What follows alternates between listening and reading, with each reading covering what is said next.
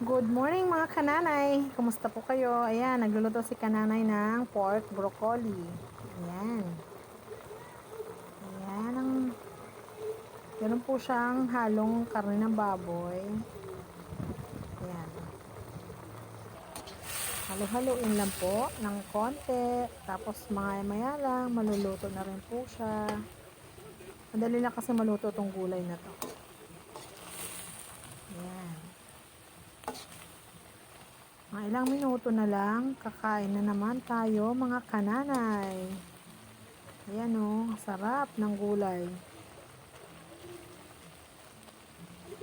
Ayan.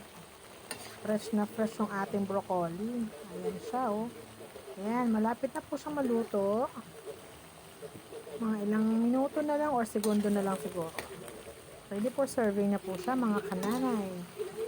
Ayan, kakain na naman po tayo mga kananay. God bless po.